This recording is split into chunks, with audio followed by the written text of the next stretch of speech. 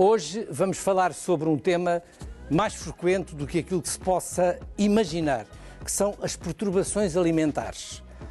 Já ouviram falar na bulimia, já ouviram falar na anorexia, naqueles jovens que ficam muito magrinhos. Ora bem, é sobre isso que nós vamos efetivamente conversar.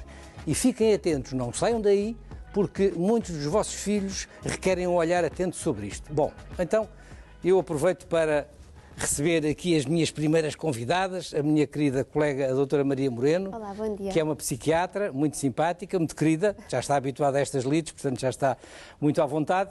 E a Catarina Ramos. Bom dia. Que passaste aqui, bom dia, querida, que passaste aqui por algumas perturbações alimentares, não foi? Certo. Tu estavas-me a dizer, antes de abrir o programa, que passaste pelas três. Quais três? Anorexia, bulimia e compulsão alimentar, mas a ordem é anorexia, depois passamos por uma fase de compulsão alimentar e depois bulimia, para conseguirmos vomitar aquilo que comemos durante a compulsão alimentar. Ok. Senhora doutora Maria Moreno, traduza lá isto para as pessoas que nos estão, para os nossos espectadores. O que é isto? As perturbações do comportamento alimentar são várias, não é? E é um grupo de doenças que têm um denominador comum. Elas todas têm uma preocupação exagerada pela comida, uma preocupação exagerada pelo peso, que a longo prazo passa a ser o único foco da vida daquela pessoa, habitualmente daquele jovem, certo? E aquilo que nós vemos e que a Catarina descreve bastante bem é que muitas vezes não existe uma única perturbação, existem diversas perturbações ao longo do tempo. Muito bem, muito bem. Ela falou aqui, então já agora vamos explicar às pessoas em trocos muito pequeninos o que é isto da bulimia.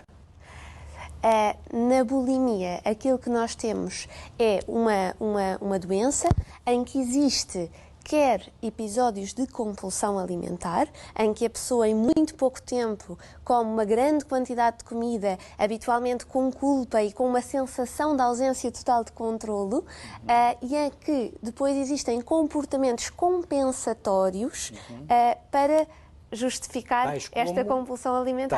Tais como o vómito, o uso de laxantes, o uso de diuréticos, os comportamentos compensatórios. Catarina, isto acontecia-te? Sim, sim, sim. Como é que tu fazias? Explica lá. Tens à vontade para falar sobre claro isto, não que tens? sim.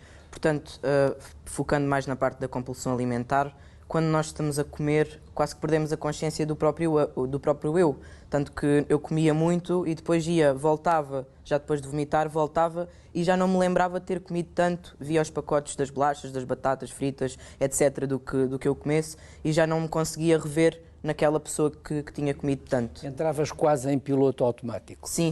Era sim. isto? Piloto automático completamente, sim. E depois sentia muita culpa por tê-lo feito. Vomitava, tomava também laxantes às vezes, mas isso foi menos. Eu compensava mais com o vómito. Com o vómito. Sim. As pessoas lá em tua casa, isto eu pego nesta questão para depois, enfim, conversar aqui com a doutora Maria Moreno sobre este tema, que é muito, muito importante. As pessoas lá em casa não se apercebiam disto, de início? Eu costumo dizer que nós, quando sofremos um transtorno alimentar, tornamos-nos muito bons manipuladores, muito bons mentirosos e conseguimos muito bem. Fugir a toda a gente e a todos e conseguimos disfarçar. Escondias? Sim, escondia. Isso era certo. Escondia toda a gente, pais, avós, a família no geral, e amigos. Durante muito tempo conseguiste que eles não percebessem o que se passava contigo? Durante uns 8, 10 meses consegui fingir na perfeição. Portanto, havia uma realidade paralela, a realidade da doença e a realidade que eu mostrava às outras pessoas. Ok.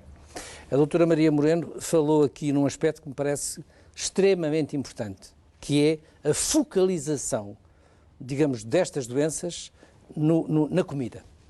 Portanto, é como que se o resto da vida desaparecesse e a comida, para o bem e para o mal, passa a ser o deles, modus vivendi.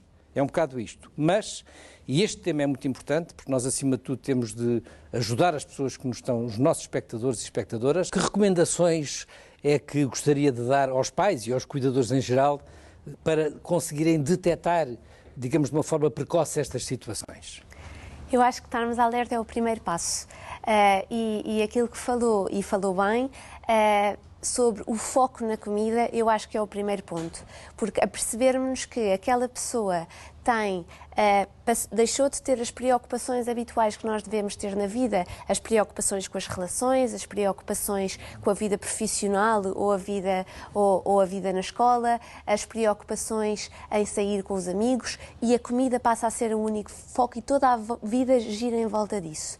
Depois são pessoas que habitualmente comem em grandes quantidades, por períodos pequenos de tempo, às escondidas, que habitualmente sentem muita culpa depois de comerem e que expressam, e essa parte eu acho que é uma maneira fácil de começarmos a detectar que há um problema, muitas preocupações com a sua imagem, com o excesso de peso. Portanto, isso são alertas no sentido de as pessoas poderem perceber alguma coisa pode não estar bem com o meu filho, com a minha filha, Exatamente. alguma coisa de errado se pode passar.